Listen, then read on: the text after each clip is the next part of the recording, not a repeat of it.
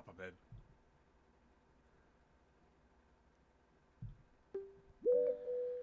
in. Brandon, how are you, my friend? I'm doing well. How are you? I'm good. Good morning. It's nice to meet you. You as well. You are live on air with our fans, friends, families, and guests. Love that.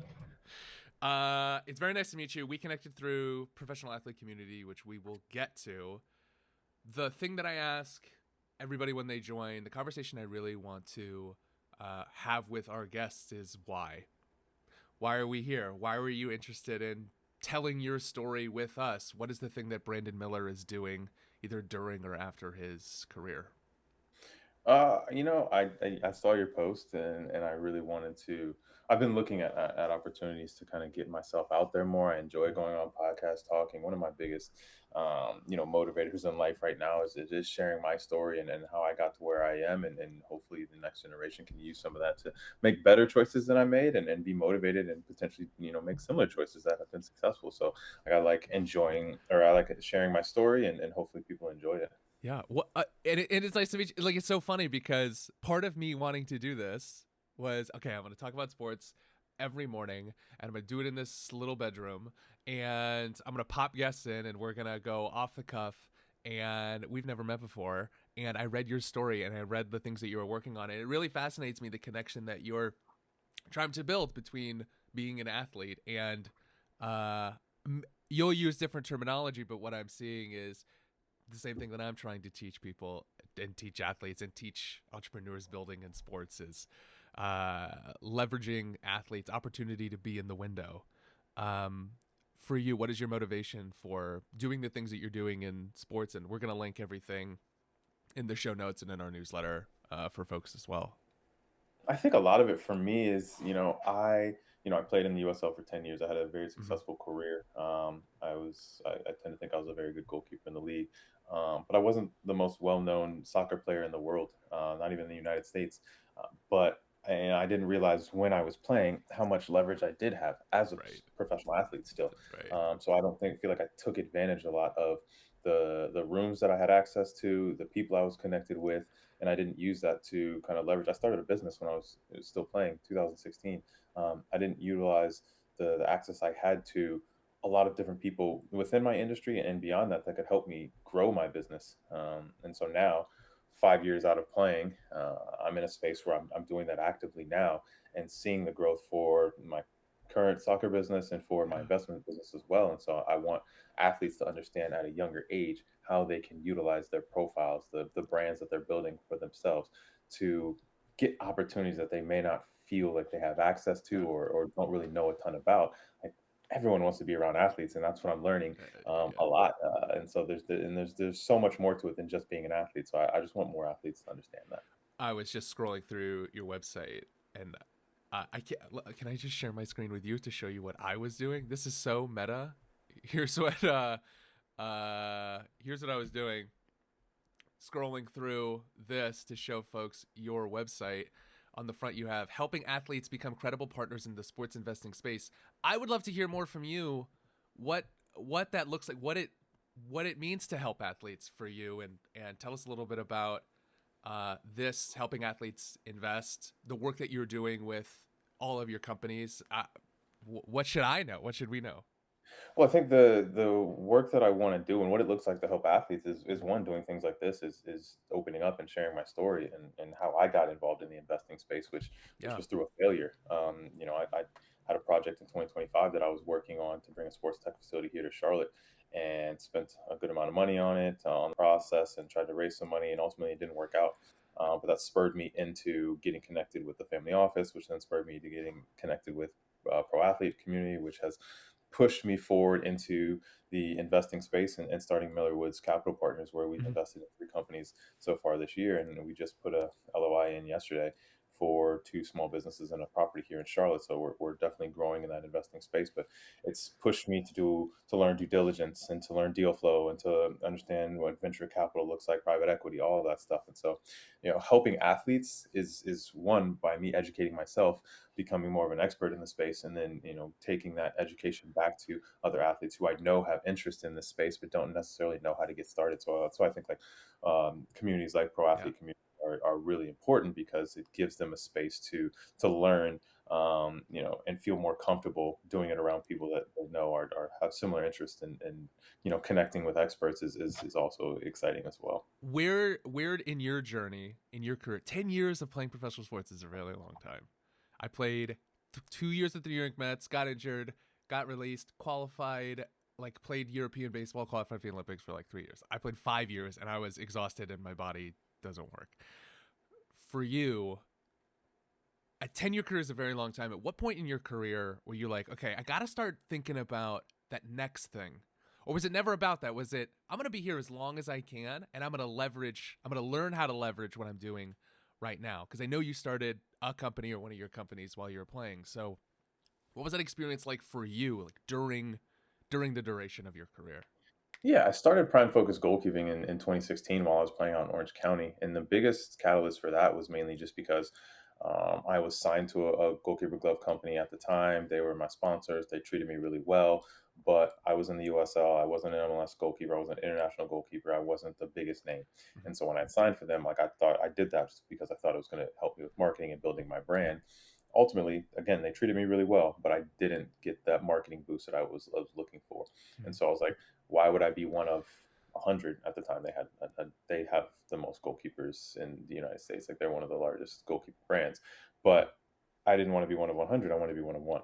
I went to school, graduated from UNC Wilmington, got my marketing degree. So I had some understanding in that space. And so I was like, why don't I just do it myself? And so I started looking into it. I've always had an entrepreneurial mindset. My mother started a business. I watched her grow that. And so I wanted to test it out, and so I did, and that kind of spurred me on throughout my career. Of like, I'm building my soccer career, but I'm also building this in the background. And how the two tie together? How can I utilize my soccer career to build this brand as well? Um, so there was a lot there that I wanted to focus on outside of the field. I don't know if that took away from my career. I don't think it took away from my Mm-hmm. career. Like you said, a 10-year career is a long career. And that's something I'm right now grappling with myself of really trying to give myself credit for the longevity that I had in my career, not just the success but the longevity. There's not many people that I signed 5 contracts in my career. There's not many people that signed more than one, so it's a difficult feat. So balancing that, the career success while also trying to build off the field was definitely something, halfway through my career I started thinking about, and then trying to figure out what it looks like once I get done playing to step off the field and seamlessly transition. 10 years is a very long time. When did you first sign? You played in college and then got signed into the Yes, USL after that? I went to UNC Wilmington, Uh, played 4 years there. I graduated early in 2011, signed my first contract that fall or that winter, I guess, that right after my season was done. Went up to Rochester, New York in 2012 and started my career. what is something a just out of college, first, second year, Brandon Miller in playing professional football in the States? Uh what do you wish he knew? I wish he knew that this was a job and not just fun. The thing is, you always want to enjoy it. Like over 10 years, I think about all the enjoyable moments, and I am really grateful for them. But I wish, rookie Brandon Miller would have understood that, the harder he works, the more effort he puts into this, the more he's going to see out of it. And I think my career could have had a different trajectory, but I just didn't have that professional mindset Mm-hmm. that I needed stepping into. The professional space. I remember the very first training session. I stepped in. I was making save after save. I was like, this is easy. And from there, that's kind of like what spurred me on throughout the year. It was like, this is pretty easy. I was a backup goalkeeper. I didn't have a lot of pressure to go perform in games, and so it's very easy to step into a training environment, and given like the athletic capabilities that I had and the technical ability I had, it wasn't a huge step into that environment. And so I felt like I was cruising most of that first year. I didn't really hit adversity probably until, towards the end of my second year where I got injured. And then I realized like, oh, I've got to do more. When I wanted to start Open Athletes, I had been out of playing sports for 6 years. Can't feel much of my leg. The the conversation that I wanted to have every single day was with athletes and people building in sports. You were doing both, with to see where the money is moving in sport. To not put ourselves in Kevin Durant's shoes, because not all of us are Kevin Durant, but how can we learn from the things that are happening within sports industry? I never had the ability to participate in NIL, but I've seen it from the outside. And when you're a college athlete, you're like, oh, I could totally do this, and I'm just not allowed to. What is that? Now that things are changing, it feels like sport entrepreneurship, athletes being empowered to start their own thing, either athletes themselves as a business. As part of PAC is like Kamalani Dung. She's amazing. We have this conversation all the time. She is a brand and a business herself. Athletes now have the ability, if they wanted to capitalize on who they are and what they want to do and what they're interested in. You've had a front row seat into the money movements of sports for a long time, or at least have thought about it enough to get into the venture capital world as a former athlete, investing back into sports and other things. Over the last couple of years, what are the trends that you are seeing in the way that money is moving in sport that it might be interesting for an athlete, either a young U in USL or young athletes, to think about as they're preparing for life outside of sport? I think the most interesting thing for me, and something I wish, I mean, it wasn't really as prevalent back when I was, playing, but looking at athletes, and it's not just about sponsorships anymore. It's not just Mm. about sponsorship dollars that are coming, especially when you look at these NIL deals. There's an opportunity for athletes to gain ownership and things, to gain equity in companies, and it's not just, hey, you give me $10,000 and I'll do X amount of social media posts and Mm. do an event. It's like, all right, maybe I take a little less up front, but I get a percentage point. I get some type of equity in this company that gives me a vested interest in helping this company long term to grow. And from there, that's growing, my financial capability long term. And how do you do this with multiple companies and be able to have yourself on the cap table? You're building a resume as well as, gaining equity in a variety of companies that you're interested in. And so That's I right. think that's, one of the biggest things. It's not just random companies, but like some of the companies that we've invested in recently, all of the companies that we invested recently are companies that I personally am interested in, personally feel like I can provide value to. And so that's Mm. where, that trend I'm seeing is a lot of athletes are starting to step up into the cap table as opposed to just taking money to promote different brands. Bro, it feels like you're watching the show every day. Thank you so much. Athletes as entrepreneurs, athletes as investors, athletes being part of the cap table. Cap table. That is like what we're talking about, because now athletes have leverage Yeah. and they're sought after in the marketplace. They always have been, right, for the distribution that they can provide, but simply for a check. And now athletes are now starting to set the precedent on who they are and where they are can open up doors for that brand as well. Last week-ish, we talked about Rippy the Pasta Company allowing Rippy the basketball player, who's a freshman at Duke, to be on the cap table in exchange for, an investor is now a freshman basketball player at Duke, which is going to open up, if he's good and can get drafted or wins a national championship, the doors that are open for Rippy now is the pasta version of Prime, or the pasta version of whatever that PB&J sandwiches thing is that's taking over like locker rooms that I've seen, back in my day. And I'm not Yeah, but that it's old. also Yeah. like for me, it's also the education that he's going to get, Yeah, that's as right. the That's right. investor on the cap table as a freshman in college, right? The access he now has to the behind the scenes of how a company is run, how it's built, how it scales. That's a adding something to your resume at 18, 19 years old That's right. that very few people have access to. And so now, how can he start to do more of that over the next 3 to 4 years? And whether he gets drafted or not, now his resume looks That's completely right. different.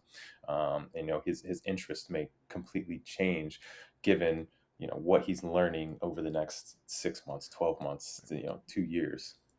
Why open athletes exist too is to say to those athletes, number one, we can help guide you. Number two, we want to limit the amount of stupid decisions that are made by athletes, or the surface area in which they can be taken advantage of, which they are. Mhm. And I was 26 when I got done playing with nothing on my resume, but some guys that I know that are still playing are 32. Even though they might have made a few $1,000,000, in this day and age, it doesn't last a long Yeah. time. In your experience of playing professional sports for a very long time, and like your understanding of how the space works and the transition out works, we've touched a bit on what athletes should do is, you know, think about the opportunities that are there for them. You wrote in March, I love your blog. Thank you. Honestly, we should work together much closer because we share the same interests. Why proximity is the most underrated career move athletes never make. Last year, I talked for 20 minutes about building a network, why it's important to build a network, how to use that as an opportunity to set you up after your career. Can you explain for folks why proximity is important and what that actually means for athletes who are currently in that window to be able to make those connections and use the fact that they are a professional athlete? Yeah, I mean, I could talk about this for hours. I mean, I look at what I'm doing right now. We've got a deal where we're looking to acquire two businesses and a property here in North Carolina, and we're gonna have to raise some capital for that. You know, it's a much easier conversation, much easier task to get done when you have a network of people who are in that similar space, who are looking at different investments and are always willing to, you know, at least have a conversation and potentially write a check. And so as an athlete, you're typically around, you know, people in in those similar spaces. You got team owners, you got team investors. I look at like the USL.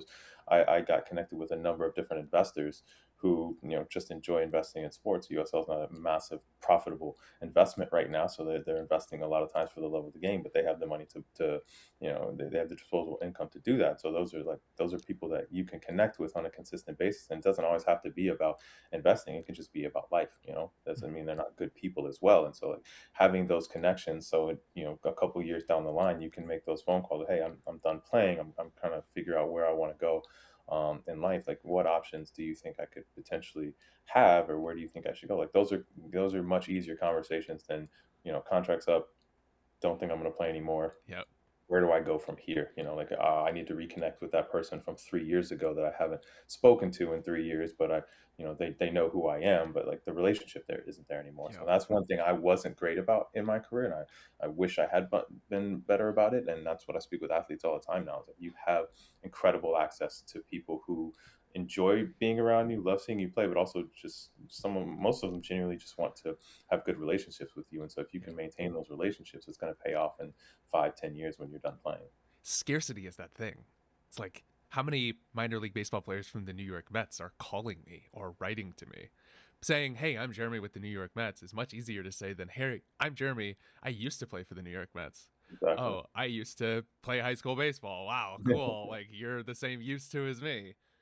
The ability for an athlete to understand their worth in the marketplace, touched on equity, like literally owning a piece of that thing that wants you.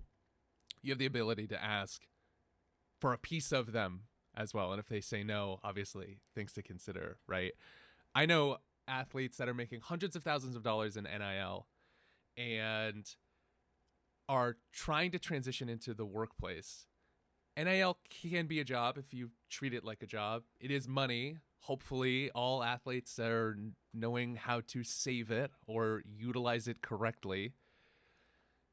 The transition from athlete to being in business, having a job, how have you seen that go for yourself if you have worked in corporate? And if not, how have you seen that transition for your friends or people that you know who have done that, to take that piece of them that I used to be this and translate that into being successful in that thing that is paying you money to do that job that they need you to do? So it's interesting. I feel like I have this conversation every single day. I've never worked in corporate. I don't have the corporate experience, and so is that something that I need Lucky to you. do? I go back and forth with that a lot, you know. But you know, there's pros and cons to the corporate life versus entrepreneurial life, and so I share that with people a lot of times. But you know, from the transition, that I know plenty of athletes who have stepped into corporate, and some have been successful and some have struggled a bit. Mhm. A lot of it is understanding your identity outside of the game and understanding what made you successful in sports, and then how can you translate that to what's going to make you successful in your job. You know, you were a good teammate in the locker room. How do you become a good teammate in, you know, the office now? And what does that look like? What does your role look like? I think I'm a big, huge proponent of playing your role.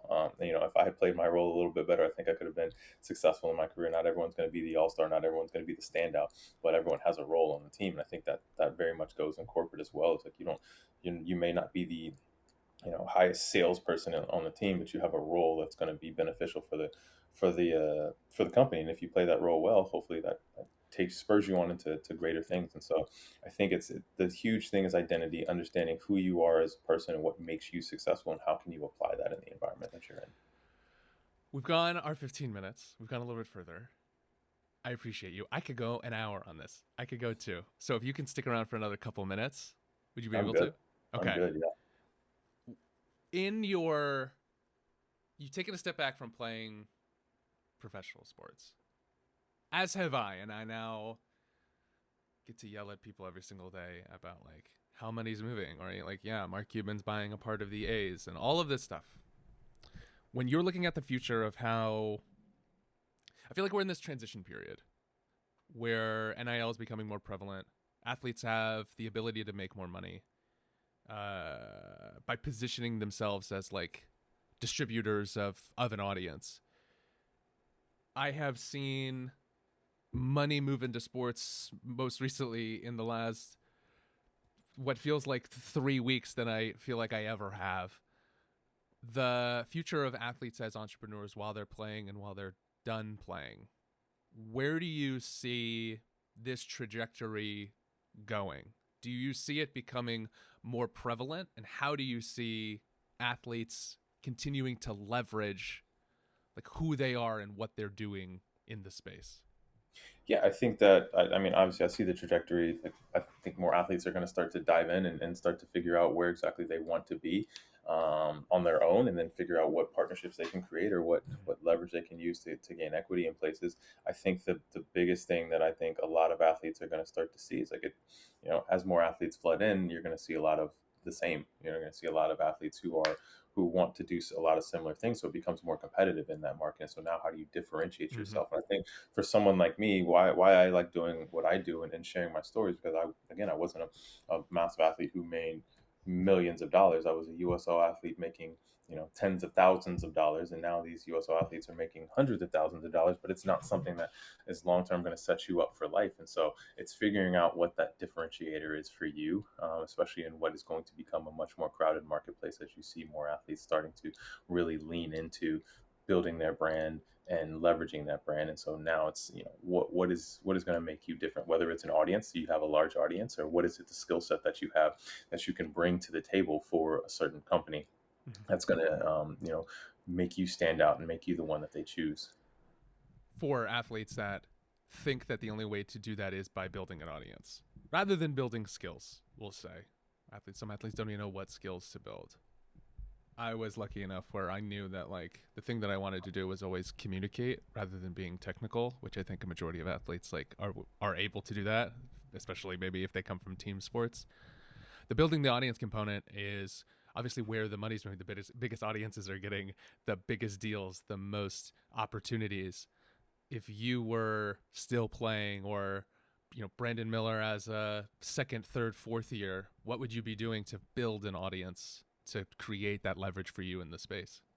I look at it very similar to what I'm doing right now, and what my main focus is like I feel like I'm really good at being vulnerable and being honest about myself, my career, my skill set, where I'm at right in life. And I think that is something that really resonates with people a lot more than a lot of the stuff that you see on social media that's really curated. And for context, I ran a marketing agency with my ex for about 3 years, and so one of my biggest focuses in that marketing agency was how do we get athletes to build their brands a little bit more. And so this is a lot of what we talked about, sharing the actual stories of what goes on in the day to day of a USL athlete, of a professional soccer player, what that looks like, and sharing with the audience and the ups and downs. I think there's a ton of ups that are shared, not always the downs. And I think the people who build audiences and really resonate with the people are the ones who are honest about what is going on in their life, and because that really connects with the individual, because not everyone is struggling with something at some point. I appreciate you being on. There is a lot here for us to talk about. I will connect with you offline because I would love to continue this conversation and see if there's an opportunity for you to mentor our cohorts or help guide our athletes in that next step. I think open athletes can certainly benefit from your experience and the thing that you're doing. And I think after doing the research, I'm really pleased and happy and like, I'm really thankful that I built a space for the ability for people to meet you, but also the ability to connect with people who are doing amazing things in sport. So where can our community find you? And what is that thing that you want to leave them with? So you can, I'm everywhere. You can connect with me at my personal website, brandonmiller.site, my goalkeeper glove brand, primefocusgoalkeeping.com, and social media, like, Brandon K Miller 33 on Instagram. And I've got a TikTok. I've got the business TikTok. I've got a personal TikTok. I do a ton on social media. So it's pretty easy to find me. But the biggest thing I'm always going to leave anyone with, athlete or not, is bet on yourself. Back yourself to succeed. It's one thing I didn't feel like I did enough in my career, and I look back and I wish I would have gambled a little bit more. But believe in yourself, bet on yourself. Shoot for the stars, land in the clouds. That was always my motto. And that's what I'm trying to do right now. Cool. This will not be the last time you're on the show, I hope. So until next time, Brandon, thank you so much for joining us. It was great being on. Thanks for having me. Appreciate it. Oh, man, he's amazing. Folks, I'm sorry for the technical difficulties this morning. We didn't have the ability to go through our stories. We jumped right in to Brandon, and I'm happy we did, because much of what he talked about is just the things that we talk about every single day, which is amazing. It means, number one, I think we're on the right track with some of the things that we're talking about. But number two, I think there is so much that we can learn from athletes that are doing these things in this space. So a little bit different. We didn't go through our quick hits yet. We didn't go through our sun's squeeze. We didn't go through all of these things. We jumped right into a conversation with Brandon Miller, and I think, including a little technical difficulties in the middle of that, I'm so grateful that we did. What Brandon is doing is what I want every single athlete to do. What I want every single athlete to learn from. There is such an opportunity to be yourself, to be your authentic self, and to separate yourself from your career. Let me repeat that. There is so much opportunity for you to separate yourself from your career. And why would you want to do that? Because you are not that person anymore. You're the person who used to do that. But that thing that you used to do is the opportunity that you have. The things that you are able to pull from your previous life, or while you're still playing, into your new life, that is the opportunity for you. Brandon's done it incredibly successfully. Brandon was a 10-year professional athlete at the highest levels of professional sports. He's USL is not the biggest, whatever. It's still professional sports, and he was still able to play a very long time in professional sports. Amazing. But he understood as he was getting to the end of his career that there is a next step. The things that we need to learn as an athlete is that next step is going to come. How early in our career are we going to realize that? Which means we're going to have more opportunity than the next guy, because we're putting those pieces in place. We're understanding the things that we need to do to set us up for success while we're playing in that very small window. His was 10 years. Mine was 5. Summer 1. Summer 2. How are you going to leverage the fact that you have this opportunity to build an incredibly dense network of, he was saying, investors in professional soccer teams? Your ability to make a connection, your ability to show interest, your ability to create something from nothing in the opportunity that you have within that window, that's what Brandon's done incredibly well. He said, I am Brandon Miller, the former professional football player for the USL, all these different teams, 5 contracts. He was a great athlete for 10 years, could probably still out-athlete a lot of us. Certainly me. I'm not feeling it anymore. But what he's doing is saying, I used to do this. I created these experiences and these opportunities while I was playing. I'm now taking the things that I learned and the things that I didn't learn to leverage them into success after my career is over. That is what Open Athletes is here to teach. Number one, come on Open Athletes and tell your story. Number two, come on Open Athletes and help and build a business as part of Open Athletes. Be part of the cohorts, learning from people like Brandon, learning from people like Dan Bauer, entrepreneurs who have built things, very big things in sports and not sports. You yourself, like I mentioned, Kamalani Dung is Kamalani Dung the business. She does things as Kamalani Dung and also starts a lot of amazing, wonderful things. You are and have the opportunity while you're playing to leverage the fact that you are in the window, like we talk about every single day. You don't have any excuses not to, unless you like don't want to. Unless you're like, I don't want to, I'd rather just go get a job. But what I'm sensing is most people are like, how do I create something?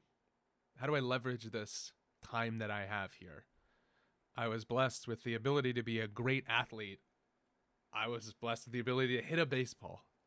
That was the one thing I did in baseball better than most. But that's not translating into a large audience, leverage, distribution. So Brandon Miller is the perfect example of the things that we talk about in the show every single day.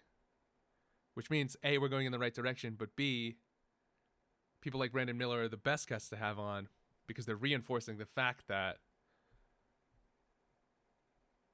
there is a right step to take during and after your career, and Brandon Miller is a prime example of how to do it at an incredibly high level. So, thank you, Brandon, for being here. This will not be the last time that we have Brandon on, I hope. And maybe there's an opportunity for you to work closely with him in the things that he is doing, or as a mentor for Open Athletes, which I will poke him about today.